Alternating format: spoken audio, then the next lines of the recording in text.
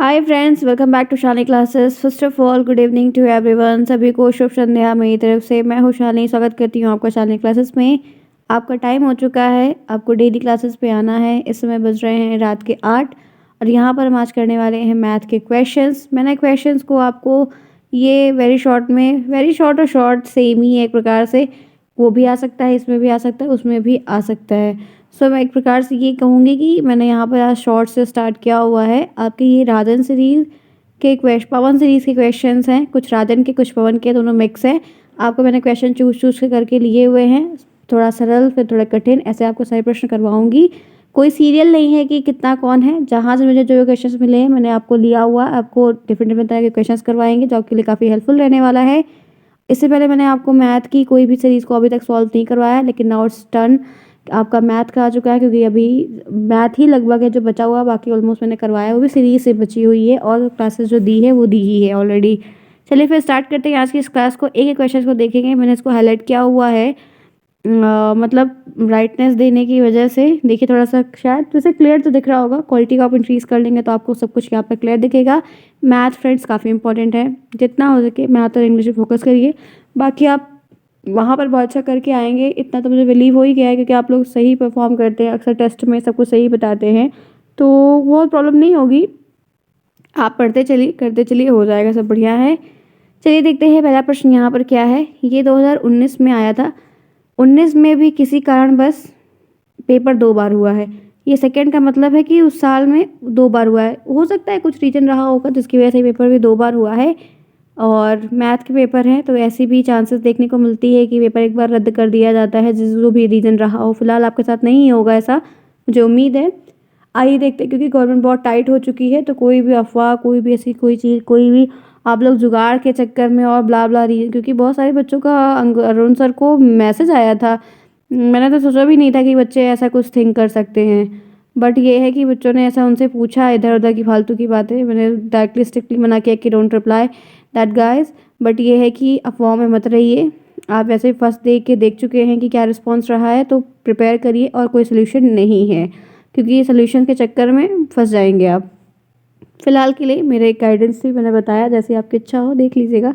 आइए एग्जाम्पल्स को करते हैं। क्या है यहाँ पर, आपको एक फिगर दिया गया है, चित्र दिया गया है, कुछ साइडें उसकी बताई गई हैं, आपको इसको प्रूफ करना है। सर्वांग समता आपने पढ़ी, कॉन्ग्रुएंसी, उसमें ये है। और इस टॉपिक से जो प्रश्न आएगा ना, वो कह सकते हैं कि फ्री के नंबर दिलाएगा, बस आपको प्रूव इट करना है, प्रूफ करके दिखाना है कि क्या ये इसके इक्वल है या नहीं है। आइए देखिए क्या दिया है। उदाहरण में है पार्श्वकृत चित्र में यदि ए सी बराबर, ये ए सी लिखा है, ठीक है, ए सी बराबर बी डी है। वेयर इज ए सी? ये है ए सी, और बी डी किधर है? इधर है। ए सी बराबर है बी सी के, जितना ए सी है उतना बी सी है, और बी सी जितना है उतना ए डी है। और ये कह रहा है कि जितना बी सी है, ये है बी सी, उतना ए डी है। ठीक है, 4 साइडें हैं और चारों एक दूसरे को ये बोल रहा है कि ये वाला इसके बराबर है तो ये वाला इसके बराबर है, यही बात कही जा रही है। तो निम्नांकित कथनों में से कौन सा सत्य है? तो ये कह रहा है कि जो कथन आपको कहा गया कि ए सी बराबर है बी डी के और बी सी बराबर है ए डी के, इसमें क्या सत्य है क्या नहीं, यही आपको प्रूव करना है। 2019 का ये दूसरी बार आया है। अब आइए कैसे करेंगे ये देखिए। पहले जो जो चीज़ कही गई है, एंगल है या ट्राइंगल, क्या जो भी बन रहा है, आप उसको लिखिए एक एक क्रम में जितना कहा गया है। यहाँ पर ए सी को इंक्लूड किया गया और बी डी को, ठीक है। सबसे पहले आप क्या करिए, लिखिए triangle A B C, triangle A B C, correct. ये आपका इक्वल है, सर्वांग सम है ट्राइंगल ए बी डी के। Any problem? नो। देन आप लिखिए and triangle A B C, ठीक है, ट्राइंगल ए बी सी सर्वांग सम है ट्राइंगल बी डी ए के। ध्यान से समझने का प्रयास करिएगा, मैं फिर से बोल रही हूँ, A B D, B D A. ये बी का मतलब ये बीच में जो बी आता है, ध्यान से रखना, एंगल की बात हो रही है, समझना। दोनों सी सेम है, बस चेंज इधर उधर किया है, बहुत क्लियर तरीके से। तीसरा देखो, एंगल ए बी सी सर्वांग सम है बी बी ए डी के। आपको देख रहे हैं एक ट्राइंगल ए बी सी दिया है, एक ट्राइंगल ए बी डी दिया है, जिसमें से ए और बी जो है वो डी के लिए भी कॉमन है, ए और बी जो है वो सी के लिए भी कॉमन है। ठीक है, क्योंकि इसमें इस ट्राइंगल को फॉर्म होने के लिए भी ए बी इन्वॉल्व है और इस ट्राइंगल को भी बनने के लिए ए और बी इसमें इन्वॉल्व है, ऑल्सो इंक्लूडेड। तो यहाँ पर आप देख रहे हैं, आप उसको लास्ट में जितनी बातें कही गई थी आपने यहाँ पर इस चीज़ को लिया। हल्के तौर पर जो आपको ये प्रूफ करके बताना था, आपको ये ध्यान रखना है कि इसमें निम्नांकित में से कौन सा सत्य है, 1 2 3 यही दिया है, इसमें से कौन सा एक सही है, यही बात आपको प्रूफ करनी है। आप ये बताएंगे, आपको यहाँ पर ऑलरेडी दिया गया है A C is equal to B D, A C is equal to B D and B C is equal to A D.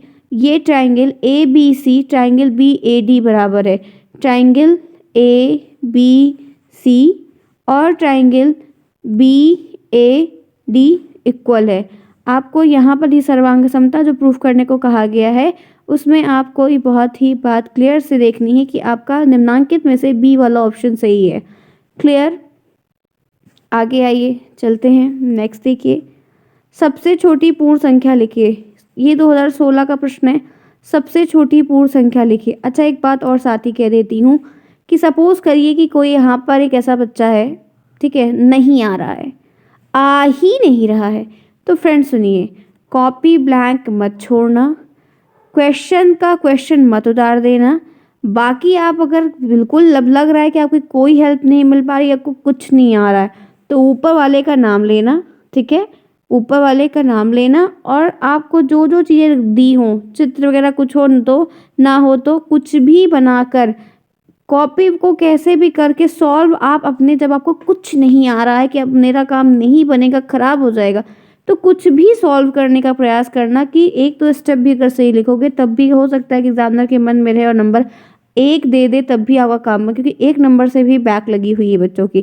तो ये सोचो कि हमको नहीं आ रहा है, हम छोड़ दें, इससे अच्छा है कि आप वहाँ पर जैसे ऐसे प्रूफ करने वाला आ गया तो ए बी सी डी बराबर इज इक्वल टू ये सब लगा के कुछ भी आप लिख दो, कुछ तो नंबर मिल जाएगा। जब कुछ नहीं आ रहा है तो एक बार इसको ट्राई करना, छोड़ना अच्छी बात नहीं है, कुछ भी कर देना ज़्यादा अच्छी बात है। ठीक है, तो यहाँ पे राइट आंसर है सबसे छोटी पूर्ण संख्या जो है 0, और जिनको आता है वो ये काम नहीं करेंगे। ठीक है, ध्यान रखिएगा, उनके लिए सब नहीं है, वरना आप भी लगाने लगिए। आइए देखिए नेक्स्ट क्या है। निम्नलिखित में से समीकरण, इक्वेशन और सर्वसम्मिका आइडेंटिटी को छांट कर लिखना है। 2 प्रश्न दिया है, कौन से इसमें समीकरण, कौन से सर्वसम्मिका है, वही आपको बताना है। ये भी 2016 का प्रश्न है। देखिए, दिया है पहला 2 ब्रैकेट में x + 1 is equal to 2x + 2। अगर ये दोनों is equal to LHS side RHS side बराबर होगी तो वो आराम से हमारा जो है सर्वसम्मिका हो जाएगा, अगर नहीं होगी तो वो समीकरण ही होगा। अब देखिए यहाँ पर क्या करना है, बहुत आसान सा प्रश्न है। देखो, कुछ नहीं करना, आप इस 2 का इसमें गुणा करोगे और इस 2 का इसमें करोगे, 2 से इसमें करोगे तो 2x बनेगा और इस 1 में करोगे तो 2 बनेगा। तो यहाँ पर क्या बना, यहाँ पर बना 2x + 2 इज इक्वल टू के पार क्या था, 2x + 2। अतः ये आप लिखेंगे कि ये सर्वसम्मिका है। ठीक है, उसके बाद समीकरण में क्या होता है, आप ये देखिए, अब यहाँ पर दिया है 2x - 1 is equal to x, ये इज इक्वल टू किस पर जो दिया है वो सही है कि नहीं, हाँ बिल्कुल सही है। यहाँ पर जो 2x दिया है, यहाँ पे वेरिएबल में, यहाँ पे x 2x दिया। अब 2 में से आप 1 माइनस करोगे। ठीक है, आप 2 में से 1 ये 2x में से ये वेरिएबल कांस्टेंट 7 है और यहाँ पे ये कांस्टेंट गिनती, ये आप नहीं माइनस कर रहे हो। आप ध्यान रखना, ये x को यहाँ से हटा दोगे और 2x को आप निकाल दोगे। आप 2 में से 1 माइनस करोगे तब आपका 1 बचेगा और 1 की कोई वैल्यू नहीं होती, इसलिए हम x यहाँ पर सिर्फ बचेगा और ये x बराबर है। ध्यान से समझना इस चीज़ को। आगे आ जाओ, नेक्स्ट आओ। यहाँ पर दिया गया है 83 के अंकों को परस्पर बदलने में प्राप्त संख्या को मूल संख्या से घटाने पर कौन सी संख्या मिलती है। 16 का भी पेपर किसी कारण बस 2 बार हुआ था, जो भी रहा होगा रीज़न। कह रहा है जब हम 83 का अंक परस्पर बदलेंगे, 83 को जब हम बदलेंगे तो मतलब हम इसका उल्टा क्या होगा, 38 है, 8 की जगह 3, 3 की जगह 8। अब जो 38 में से 83 में से 38 को माइनस करेंगे तो जो संख्या प्राप्त होगी वो 45 होगी। ठीक है, क्या होगी, 45 होगी। आगे आइए, नेक्स्ट समीकरण दिया है 4x + 3 is equal to -6x - 18 को सॉल्व करना है। 16 का पेपर में आया है, देख लेना। अब कैसे करोगे आप, देखो ये समीकरण इक्वेशन का दिया है। अब आपको इसको सॉल्व करना है, बहुत आसान है। करेंगे क्या, पहले वेरिएबल को एक साइड करो, कांस्टेंट की गिनतियों को एक साइड करो। अब वेरिएबल देखो ये 6x के साथ है और ये 4x के साथ है। अब आपको करना क्या है, यहाँ माइनस में 4x दिया हुआ है और माइनस में 6x भी दिया हुआ है, इज इक्वल टू किस पार ले जाएंगे, 4x तो प्लस में है, माइनस में है, प्लस में हो जाएगा, तो ये हो जाएगा -6x + 4x। और ये प्लस में है, ये माइनस में, -18 इधर जाएगा तो +18 हो जाएगा। 18 में 3 ऐड करेंगे तो 21 आएगा और 6 में से 4 जाएगा तो 2x बचेगा। ठीक, x की वैल्यू निकालेंगे, लिखेंगे माइनस, ठीक है। अब x की वैल्यू आप लगाएंगे इज इक्वल टू किस पर, यहाँ पर माइनस है, ये वहीं पर है। अब आपको करना क्या है, x की वैल्यू निकालने के लिए -21/2, -21/2, क्या ये कटेगा, -21 में से 2 कटेगा, मतलब 21 को आप 2 से काट पाएंगे, जी नहीं। तो आपने जब इसको सॉल्व किया तो आपका राइट आंसर क्या निकल गया है, -21/2, -21/2। आगे चले, नेक्स्ट देखिए, आपकी सीरीज में सॉल्व है, मैंने प्रश्न नहीं बनाया है, ध्यान से समझिएगा। कह रहा है एक कक्ष की लंबाई, कोई एक रूम है, उसकी जो लेंथ है वो 11 मीटर है, ठीक। उसकी चौड़ाई 8 मीटर है, उसकी ऊंचाई 5 मीटर है।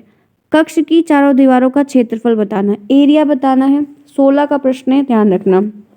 क्या कह रहा है, एक कक्ष की लंबाई, उस दिन किसी ने कहा था ना कि सुनीता और सूफिया और भी बहुत बच्चे कहते, जो भी सब कहते मैथ कराने के लिए, ये ज्योमेट्री वाला, तो ये एरिया वाला है, ध्यान रखना।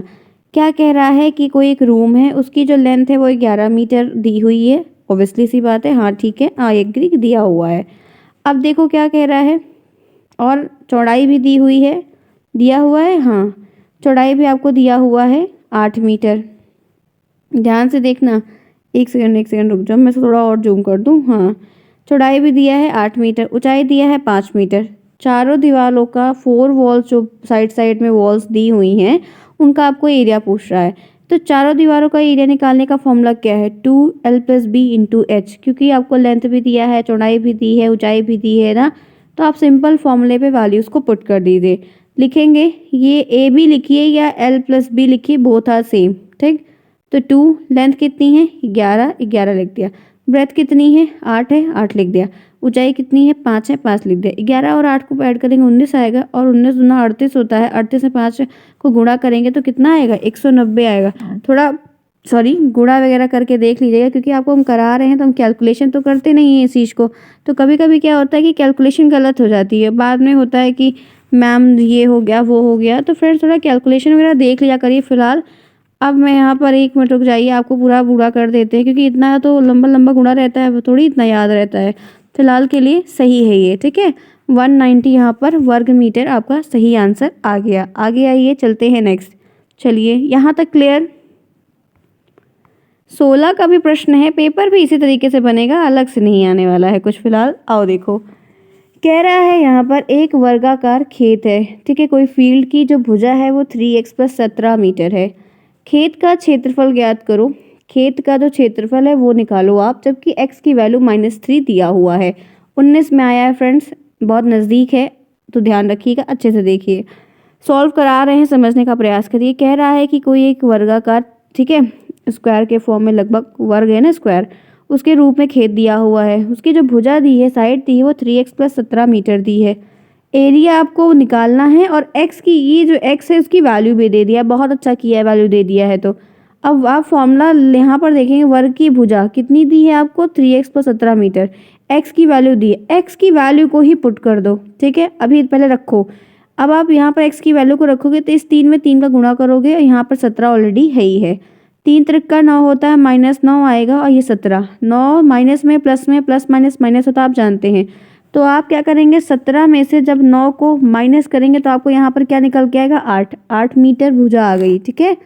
अब आपकी एक भुजा निकली है, ध्यान रखना, क्या निकली है, आपकी एक भुजा यहाँ पर निकल गई है। और आप जब एरिया का स्क्वायर ऑफ एरिया का, एरिया ऑफ स्क्वायर जब निकालते हैं तो क्या निकालते हैं, साइड स्क्वायर निकालते हैं। तो 8 का स्क्वायर आप कर देंगे तो यानी कि क्या आ जाएगा, 64 मीटर आ जाएगा। कितना आएगा, 64 मीटर स्क्वायर। ध्यान रखना फ्रेंड्स, क्लियर बताया है, 19 में आया हुआ प्रश्न है, आपको बहुत ही कॉशस के साथ देखना होगा, क्योंकि प्रश्न आ जाएगा हम सेम पैटर्न पे, तब आपको सॉल्व करना होगा। बता दिया। आगे आइए नेक्स्ट। एक एक करेंगे, कोई जल्दबाजी नहीं है, आराम से करेंगे कि क्या क्या दिया गया उसी के हिसाब से। अब देखिए यहाँ पर एक और दिया गया है x square minus 7x plus 6 is equal to 0। एक आपको इक्वेशन फॉर्म में दिया गया, इसको आपको सॉल्व करना है। देखिए पहले प्रश्न यहाँ पर क्या दिया गया, आप लोग भी सॉल्व करिए। आप लोग भी कॉपी और पेन लेके बैठिए। अगर एक बार आपने मान लीजिए लगाया है और मेरे साथ भी लगा ले रहे हैं तो दिक्कत नहीं होगी, रिवीजन ही हो जाएगा। और ऐसे ही आते हैं, रिपीट भी होता है, इसलिए तो सीरीज सॉल्व कर रहे हैं। चलिए देखिए क्या दिया गया है, x square minus 7x plus 6 is equal to 0। Prove it, इसको प्रूव करना है कि ये जितनी वैल्यू यहाँ पर दी गई है ये राइट LHS साइड और RHS साइड दोनों को दिखाना है कि ये 0 के बराबर है। अब आप करोगे कैसे, देखो जो जो दिया गया एक एक चीज़ को सॉल्व करो। यहाँ पर दिया है x square minus 7x plus 6, ठीक है। हम इस 7x को क्या इस 7x को हम 6x माइनस एक्स लिख सकते हैं कि नहीं, लिख सकते हैं या नहीं, इस बात को मुझे आप बताइए। तो हाँ, आप इसको लिख सकते हैं। तो यानी कि एक्स स्क्वायर आप इसको एक्सपेंड कर देंगे, तोड़ देंगे, 6x minus x is plus 6 is equal to 0। अब आपको एक चीज़ करनी है, ध्यान रखना, आपने कभी लीनियर इक्वेशन को सॉल्व किया होगा, बहुत किया होगा, फर्स्ट सेमेस्टर में कई बार आपको करवाया था, ये भी पेपर में आया हुआ प्रश्न है। अब आपको इसमें से कॉमन लेके सेलेक्ट करना है। तो हम ऐसा जब भी यह प्रश्न सॉल्व करते हैं तो हमें एक भी चीज़ ध्यान रखने हैं, यहाँ पर ये एक्स स्क्वायर दिया, हम इसमें से कॉमन लेंगे इसका एक्स और ये, तो यहाँ पर क्या बनेगा माइनस एक्स प्लस 6, एक एक्स बाहर रहेगा, प्लस एक्स प्लस 6 यहाँ पर दिया, एक यहाँ पर ले लेंगे ताकि हमको ये दोनों चीज़ सेम होनी चाहिए, इस बात को ध्यान रखिएगा। इसीलिए यहाँ पर ये x माइनस 6, यहाँ पर भी x माइनस 6 और ये x और 1 जितनी वैल्यू यहाँ पर दी गई थी यही हमको इसमें से कॉमन करके करना रहता है हमेशा की तरह। अब हम यहाँ पर क्या करेंगे, एक यहाँ पर 6x ये भी कॉमन है, से x माइनस 6 ये भी कॉमन है, तो एक यहाँ पर सेट ले लेंगे x माइनस 6 और ये x और ये माइनस 1, ये यहाँ पे x माइनस 1 आ जाएगा। आप इसको जब ये यहाँ पर आप इसको सॉल्व कर रहे थे, इक्वेशन में आपको दिया गया था, अब आप इसको यहाँ पर जब सॉल्व करेंगे तो आप ये देखेंगे ये 0 के इक्वल हो जाएगा, क्योंकि x यहाँ पर कट जाएगा, जितनी भी वैल्यू आपको दी गई थी आपका आंसर निकल कर यहाँ पर 0 के बराबर। आपको ये देखना है, ये इससे मतलब ये नहीं रखना है, आपको इसको एक्सपेंड करके सॉल्व करना है, मेन बात यही है। ये आपको उतना फर्क नहीं पड़ेगा, ये जो आपको दिया गया है इसको आपको एक्सपेंड करके वेरिएबल के फॉर्म में, जैसे कि सेट के फॉर्म में दिया गया वैसे इसको आपको जो है पेयर्स के फॉर्म में बताना है, ठीक है, ध्यान रखिएगा। इस तरीके का 1 2 3 तो ज़रूर आ ही सकता है, बहुत आसान होता है, छोटे बच्चे को आता है ये सारी चीज़ें, बहुत बेसिक से प्रश्न हैं। नेक्स्ट देखिए यहाँ पर क्या है, 5 पुस्तकों का मूल्य, 5 किताबों का मूल्य 7 पुस्तकों के मूल्य से 14 रुपये कम है। ध्यान से फिर से, 5 किताब है, 5 बुक्स है, ठीक है, 5 बुक्स का जो प्राइस है वो 7 किताब के मूल्य से 14 रुपये कम है। एक पुस्तक का आपको प्राइस बताना है, 5 किताब का जो पैसा है वो 7 किताब के जो रुपए से 14 रुपया कम है, एक पुस्तक का बता दो। आओ कैसे करोगे, 20 में आया है, रिपीट होगा, 100% चांस है कि 99% रिपीट हो जाएंगे, बस डिजिट चेंज कर देगा।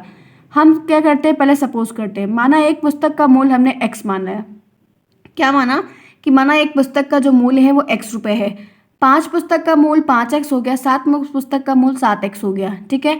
हम प्रश्न के अकॉर्डिंग इसको फॉर्म करेंगे, इक्वेशन बनाएंगे, लिखेंगे 5x बराबर 7x माइनस 14, क्योंकि ये बोल रहा है कि 7 किताब का जो रुपया है वो 14 रुपये कम है 5 किताब से। हम इसको कैसे लिख सकते हैं, वेरिएबल एक साइड, कांस्टेंट नंबर एक साइड। हम इसको इक्वेशन के फॉर्म में लिखेंगे तो यहाँ पर लिखेंगे 7x माइनस 14 माइनस 5 बराबर 0, ठीक है, बहुत आसान है, कोई दिक्कत नहीं है। अब आप इसको सॉल्व कर दो, 7 में से 5 को जाएगा तो 2x आएगा, 14 इधर ही रहेगा। अब x की वैल्यू निकालनी है तो आप क्या करोगे, 2 में से 14 को भाग दोगे तो 214 हो जाता है, x की वैल्यू कितनी आई 7, यानी कि एक किताब का मूल्य कितना हुआ, एक किताब का मूल्य कितना हुआ 7 रुपये हुआ, एक किताब का मूल्य कितना हुआ 7 रुपये हुआ। ये डायरेक्ट फर्स्ट सेमेस्टर में भी इस तरीके के प्रश्न आए थे कि 1 दर्जन केला इतने का मिलता है तो 5 दर्जन केला कितने का मिलेगा, एक किताब इतने की मिलती है तो 10 किताब कितने की मिलेगी। तो कभी कभी क्या होता है कि 10 किताब पूछ लेता है या 10 किताब का दाम दे देता है तो एक किताब का पूछता है। तो ये बहुत बेसिक सा प्रश्न है कि इतना अंडा इतने का मिलता है तो एक अंडा कितने का मिलेगा, सुना है कि नहीं। तो ये सारी चीज़ें मुँह जबान पे होती हैं, तो इसको अगर नहीं भी सॉल्व करेंगे तब भी आप इसको आसानी से कर ले जाएंगे, मुँह जबानी ही, ठीक है। फिलहाल भी आपको सॉल्व करके बताना है। अच्छा फ्रेंड्स, एक बात ध्यान और रखना कि जब भी ऐसे प्रश्न आपको आए तो ऐसी गलती मत करना, इतना एश्योर रहना आप लोग कि ये गलती होनी नहीं चाहिए। बहुत छोटा सा प्रश्न है इतना, लेकिन एक बात और ध्यान रखिएगा कि कॉपी जब लिखेंगे तो ये पूरा प्रॉपर तरीके से रिप्रेजेंट करें, क्योंकि मैथ में स्टेप मार्किंग मिलती है। इसी वजह से आप ऐसे भी पूरा सब कुछ बढ़िया बढ़िया लिखिएगा, तभी पूरा नंबर आपको मिलने वाला है, इस बात को ध्यान रखिएगा, ठीक है। और नहीं तो सोचिए कि आप डायरेक्ट इसको बना के यही इतना सॉल्व करें, तो आपको जो कॉपी चेक करने वाले मास्टर है वो भी आपको ऐसे ही डायरेक्ट नंबर दे देंगे। तो ये मत करना। अच्छा, हो सकता है कि आपने फर्स्ट में गलती की हो, नहीं आप, क्योंकि फर्स्ट में बहुत सारे लोग मुझसे नहीं जुड़े हुए थे और मैं भी उतना प्रॉपर से काम नहीं कर पा रही क्योंकि फर्स्ट टाइम था, लेकिन अब एक्सपीरियंस के दौरान और आपको करवाने के दौरान एक आदत हो गई है, तो इसलिए ध्यान रखिएगा इस चीज़ को, ठीक है। आगे आ जाइए। अब देखिए यहाँ पर क्या है, नया प्रश्न आते हैं। ये 2017 का आया हुआ प्रश्न है, ये ऊपर वाले किसी प्रश्न का रहा होगा, इसको छोड़ देते हैं। देखिए, यदि x plus 1/x is equal to 5 है तो x स्क्वायर प्लस 1/x का मान बताना है। बहुत बहुत बहुत बहुत बहुत वेरी इंपॉर्टेंट है, ये पीएनपी का फेवरेट प्रश्न है, ये हर साल एक प्रश्न आता है, ठीक है। आओ कैसे सॉल्व करेंगे ये देखते हैं।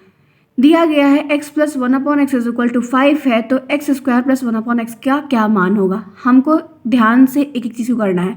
अब आइए करते हैं।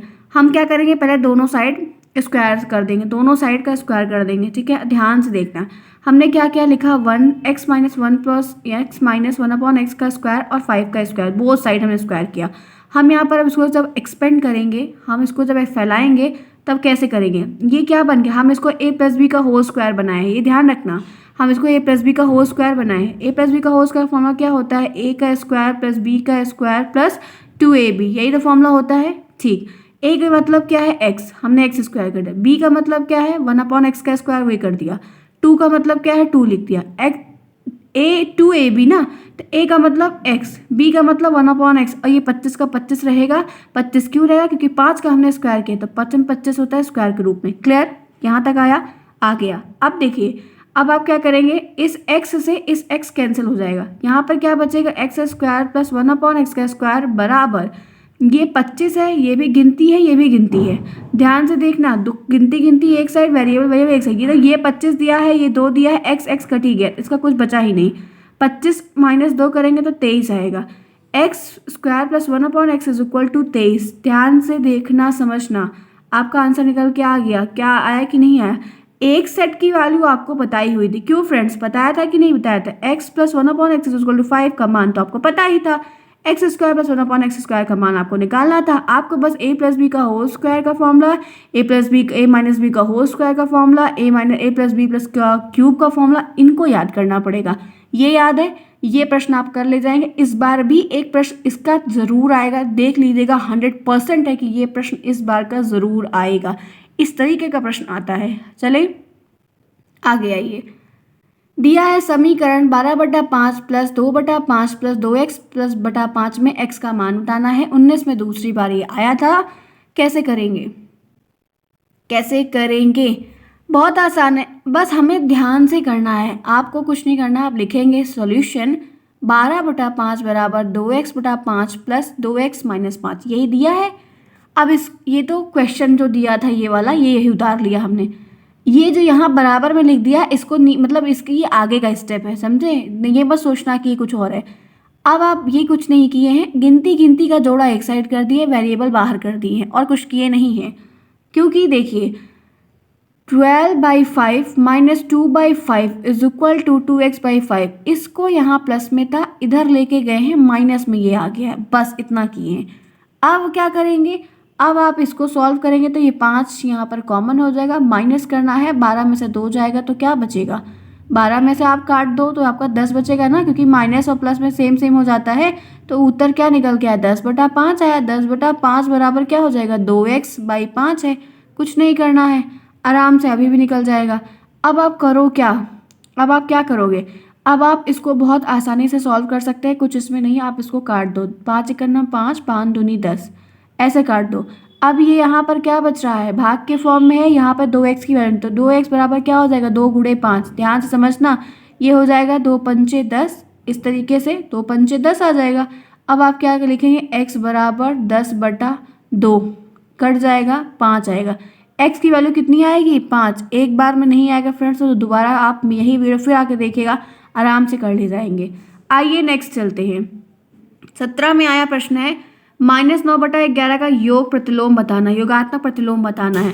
कुछ नहीं करना है, योगात्मक प्रतिलोम का मतलब है उसका हमेशा अपोजिट होता है, हमेशा उसकी मान जो है वो 1 होते हैं। तो यहाँ पर -1/11 जब दिया गया है तो इसका योगात्मक प्रतिलोम क्या होगा, 9/11 होगा।